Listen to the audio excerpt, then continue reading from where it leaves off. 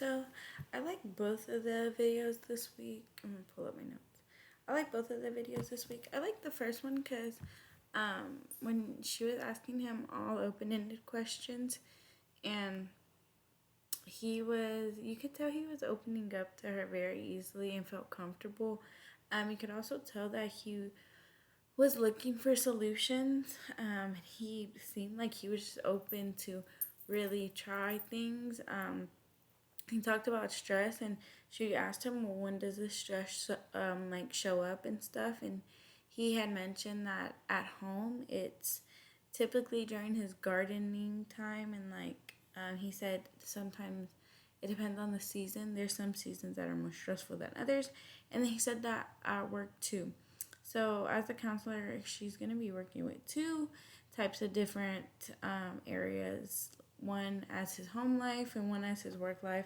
But he seemed like, as a client, he was very willing to share and really get into detail about how he was feeling. The second video I liked because it gave you really different scenarios. It gave you a bunch of different counselor point of views. Then it gave you kind of a different type of setting. First one was with like a mom and daughter. Second one was with one single lady, not single lady, but like a solo kind of interview. Then it was like a pastor and the client and the counselor, and then it was like the social worker, the client, and the counselor. So it gave you a really good mix of different types of scenarios you would have. Alrighty. It said, give an example of a closed-ended question that stood out to you. When they were talking to the little girl and her mom, and the mom wanted to move back to Brazil because she felt like it was too dangerous here because of what her daughter was doing. It seemed like the counselor asked, like, are these boys that you're hanging out with, are they doing stuff that are against the law?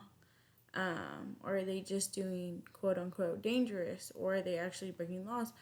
And that, I think that alone was like, to me, closed-ended questions get you an answer quick. They're simple, and they really open up the room for discussion in the counselor's mind. Like, okay, I got my answer to this. Now let me see what I move on to.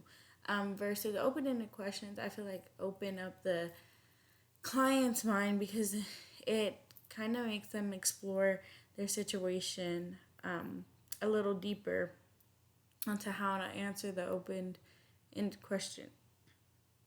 But my favorite, or one that stood out, was the daughter and the mom from Brazil. As soon as he asked that one, it kind of shifted to where like the daughter and the mom would hear the answer to be like, okay, like it kind of made me feel like it was like a time to reflect question. Like, are these boys breaking the laws? Yes. Well, that's not a good environment for you. And that's what the like Dr. Michael was saying. He was like that, each scenario was very different, but he was talking about how that question alone kind of sparked the conversation to the counselor.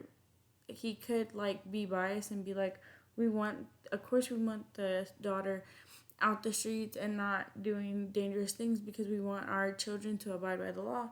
But then at the same time, that's her. She feels like that if she goes back, she's like absolutely trapped and she's absolutely done. And she came here to have fun.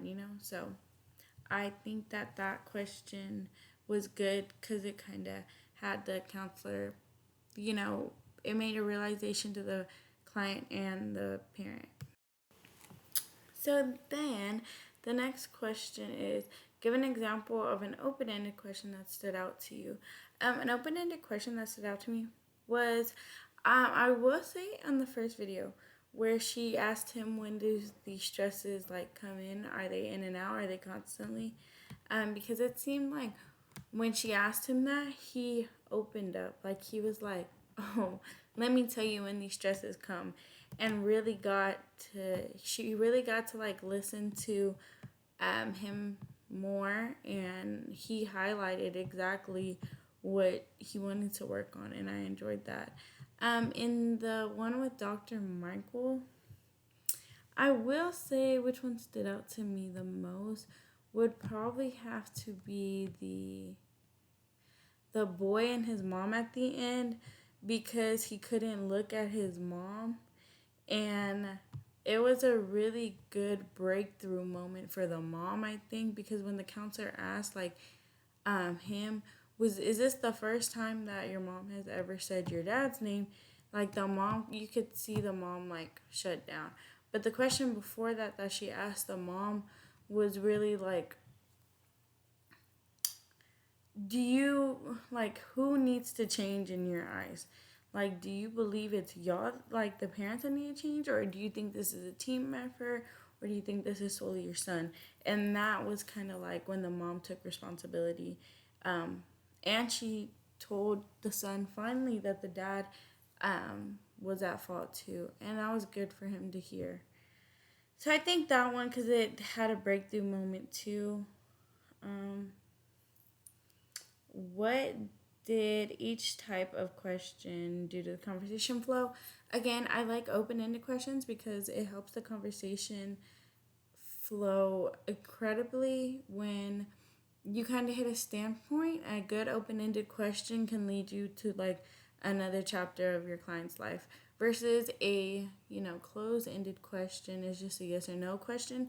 So it kind of gets you places, but you're still leading the conversation a little more, versus open ended is like client led, I feel like. And then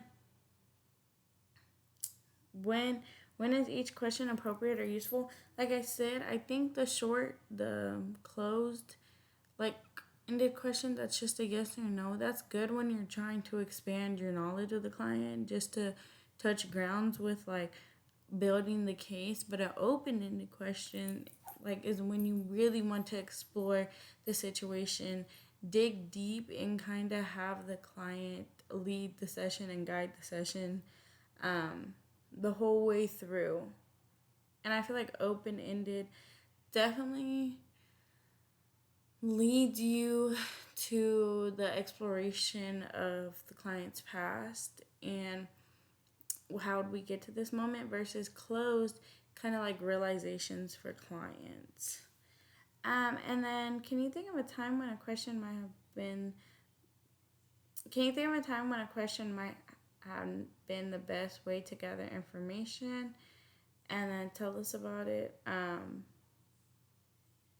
When a question might not have been the best way to gather information, can you tell us about it? It's kind of hard, I will say, with like kids when you ask them questions, because there's some kids that will go off and share their whole life story with you, and there's some kids that are just very much shy. That it's probably good to start with the close-ended question, because at least it's getting you to work with the client a little more and open up more, versus open-ended are kind of harder for elementaries kids to like lead the way. But I definitely think like in middle school and high school, you could definitely have good open-ended conversations. Anyways, I enjoyed the discussion this week, and I enjoyed both the videos.